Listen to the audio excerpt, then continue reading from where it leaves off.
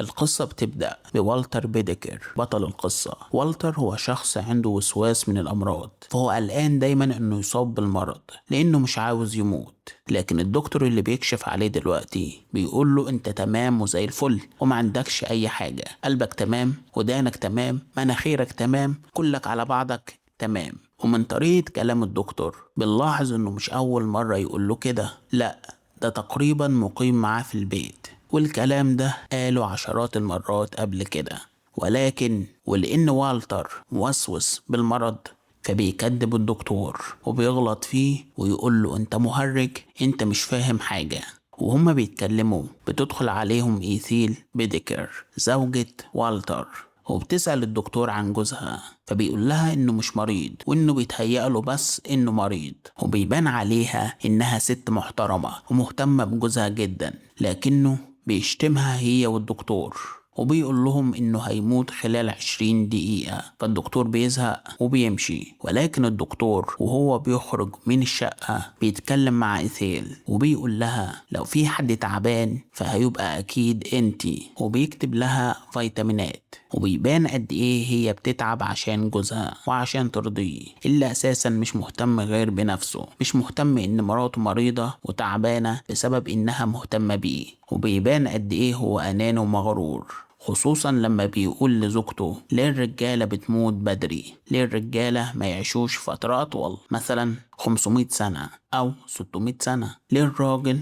عمره قليل جدا مقارنة بالكون اللي عمره ملايين السنين. وهنا بيبان قد ايه هو اناني، شايف بس نفسه، مش مهتم مثلا بأي حد تاني. يعني هو بيسأل عن الرجالة، مش مهتم بالستات، دول مش تبعي، مش همه مراته ولا أي حد تاني، ولا حتى همه الرجالة اللي بيسأل عليهم، هو بس بيسأل من وجهة نظرهم لأنه منهم.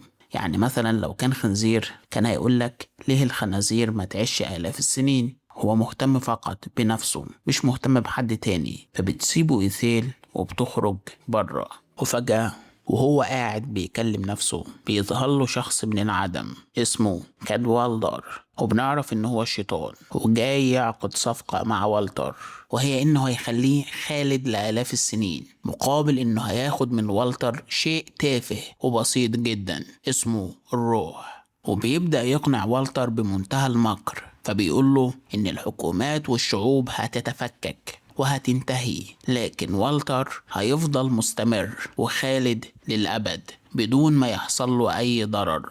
فوالتر بيعمل فيها ذكي ويقول له طب روحي هيحصل فيها حاجة؟ قال له لا خالص، بس هيحصل فيها حاجة بسيطة جدا لدرجة انك مش هتحس بيها. فوالتر بيسأله عن شكله هيحصل له ايه لما يكبر، فالشيطان بيقول له انه للأسف مش هيقدر يتحكم في الشكل. فوالتر بيرفض، فالشيطان بيقول له انت مفاوض قوي، وعشان ابين لك حسن نيتي هخلي شكلك زي ما هو مش هيتغير.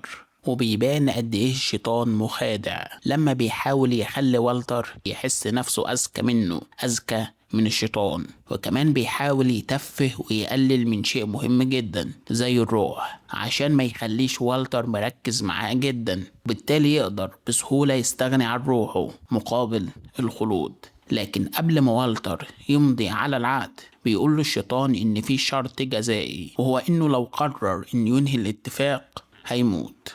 لكن والتر بمنتهى الغرور بيقول له أخي ده الخلود، وفي حد هيستغني عن الخلود؟ مستحيل. وبيمضي على العقد والشيطان بيختفي، وبيبدأ يلمس الدفاية اللي كانت عنده في الأوضة، فمش بيتصاب ولا بتحصل له حاجة. فبيبدأ يضحك ضحكة المنتصر، وبياخد العلاج بتاعه وبيرميه من الشباك. فمراته بتدخل عليه وبتتصدم، فبيقول لها خلاص أنا بقيت والتر بيديكر الجديد. وبيبدأ والتر يستخدم قوته الخارقة، فبيروح لمحطة قطر وبيرمي نفسه قدام القطر، فمفيش حاجة بتحصل له بس هدوم اللي بتتقطع والناس بتتصدم.